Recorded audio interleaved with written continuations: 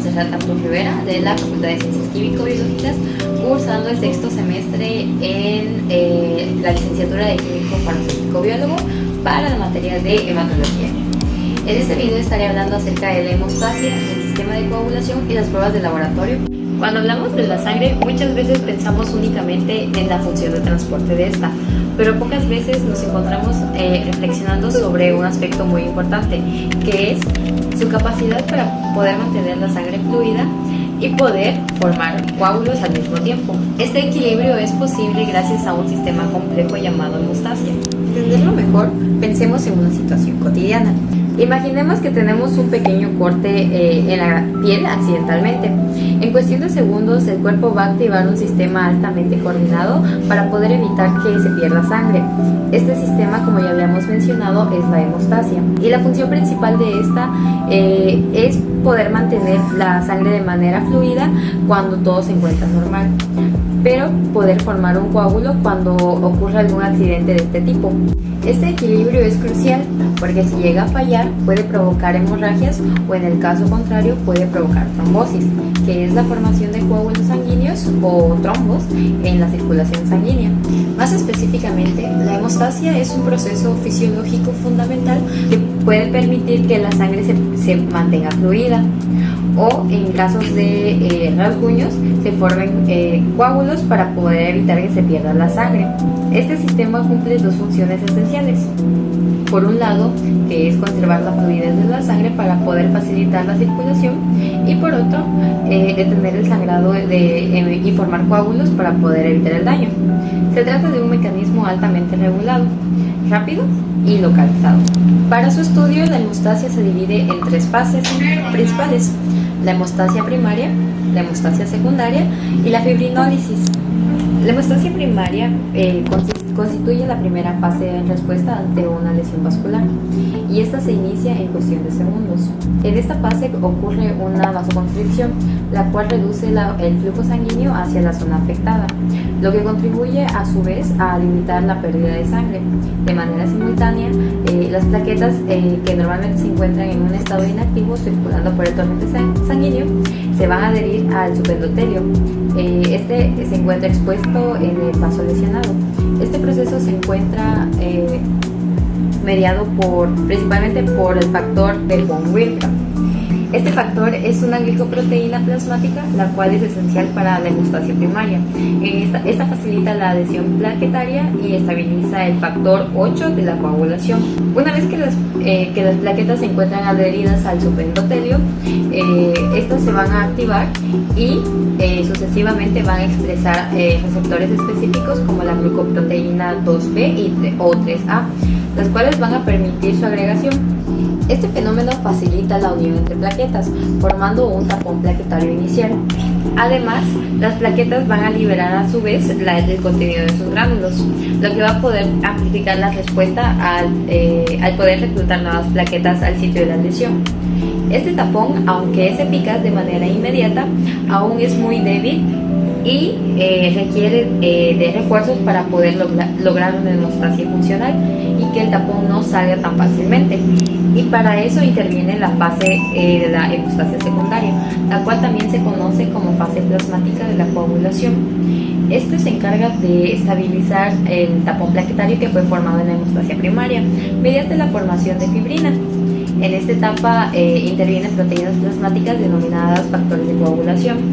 Estos se encuentran en circulación de forma inactiva como simógenos y estos se activan secuencialmente en una serie de reacciones complejas, las cuales culminan en la generación de trombina. La trombina a su vez convierte el fibrinógeno en fibrina, que es lo que va a formar una red tridimensional, la cual va a reforzar el tapón plaquetario de la fase anterior y dar lugar a un coágulo definitivo y mucho más estable que en la fase primaria. Es importante destacar que este proceso no solamente involucra factores procoagulantes, sino que también mecanismos reguladores los cuales evitan una coagulación excesiva. Entre estos se encuentran la antitrombina, la proteína C y la proteína S, los cuales van a actuar como anticoagulantes naturales, manteniendo el equilibrio del sistema de hemostasia. Una vez que el vaso sanguíneo ha sido reparado, entra en acción la tercera fase, que es la fase de la fibrinólisis. Esta constituye la fase final de la hemostasia. Esta fase se encarga de degradar los restos de fibrina mediante la acción de enzimas como la plasmina, permitiendo la eliminación del coágulo y la restauración del flujo sanguíneo de forma normal. De esta manera, el organismo puede lograr un equilibrio dinámico entre la formación del coágulo y la disolución de este mismo. Ahora bien, para poder entender mejor la hemostasia secundaria es importante hablar del sistema de coagulación. Esencialmente, el sistema de coagulación se encuentra integrado por una serie de proteínas plasmáticas, las cuales son conocidas como factores de coagulación. Estos se identifican mediante un número romano de acuerdo con el orden en que fueron descubiertos. La mayoría de estos factores son sintetizados en el hígado y se encuentran circulando de forma inactiva hasta que son activados en respuesta a una lesión vascular. Al activarse estos, se les añade la letra A para poder indicar que están en su estado funcional o en su forma activa. Desde el punto de vista funcional, estos factores pueden clasificarse en diferentes grupos. En primer lugar, tenemos a los factores de contacto, que incluyen los factores 11 y 12, así como la precalicreína y el quininógeno de alto peso molecular. Estos factores se van a activar al entrar en contacto con superficies cargadas negativamente, como el colágeno, el cual se encuentra expuesto tras una lesión. Aunque su deficiencia puede prolongar ciertas pruebas de laboratorio, en la práctica clínica se asocia más con fenómenos trombóticos o hemorrágicos que hemorrágicos. Otro grupo importante es el de los factores dependientes de vitamina K, entre los que se encuentran los factores 2, 7, 9 y 10, así como las proteínas C y S. Estos factores requieren de la presencia de vitamina K para poder activarse mediante el proceso de carboxilación.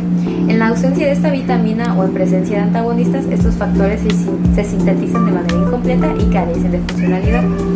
También existen los cofactores como los factores 5 y 8 que no poseen actividad enzimática propia, pero que incrementan significativamente la velocidad de la reacción de coagulación. Por otro lado, los imógenos o sustratos son proteínas que al activarse se convierten en enzimas activas. Un ejemplo representativo es la protrombina, que se convierte a trombina. Finalmente, el sistema cuenta con inhibidores de la coagulación que regulan el proceso y previenen la activación descontrolada. Entre ellos destacan la antitrombina 3, que inhibe múltiples factores activados, así como el inhibidor de la vía del factor tisular y el sistema de proteína C y proteína S. Para evaluar el funcionamiento del sistema de coagulación se emplean diversas pruebas de laboratorio que permiten analizar los tiempos de coagulación. Una de las pruebas más simples es el tiempo de coagulación de Lee-White, en la que se observa la coagulación espontánea de la sangre en un tubo de ensayo. El tiempo normal se encuentra oscilando entre los 5 y los 10 minutos y proporciona una evaluación general del sistema de coagulación. Entre las pruebas más utilizadas se encuentra el tiempo de protrombina y el tiempo de tromboplastina parcial activado. El tiempo de protrombina evalúa la vía extrínseca y la vía de coagulación y se obtiene al añadir tromboplastina y calcio al plasma. Su valor normal se encuentra entre 10 y 14 segundos y puede expresarse mediante el índice internacional normalizado, que es especialmente útil para el monitoreo de terapias anticoagulantes. Por otro lado, el tiempo de tromboplastina parcial activado evalúa la vía intrínseca y la vía común. Para su determinación se añaden fosfolípidos, calcio y un activador de los factores de contacto. Su valor normal oscila entre 25 y 45 segundos y se prolonga en casos de deficiencia de factores de la coagulación o en presencia de anticoagulantes como la heparina. Otra prueba importante es el tiempo de trombina, que evalúa la conversión de fibrinógeno en fibrina. Este tiempo se prolonga cuando existen alteraciones en la concentración o en la funcionalidad del fibrinógeno o cuando hay productos de degradación de la fibrina en circulación. Además, pueden medirse otros parámetros como el fibrinógeno, cuyos valores normales se sitúan entre 200 y 400 miligramos por decilitro, así como los productos de degradación de fibrina y el dímero D, los cuales son útiles en el diagnóstico de condiciones como la coagulación intravascular diseminada. Para concluir, la hemostasia es un proceso complejo y finamente regulado, el cual involucra múltiples componentes celulares y moleculares. Sus fases trabajan de manera coordinada para poder mantener el equilibrio entre la coagulación y la fluidez sanguínea.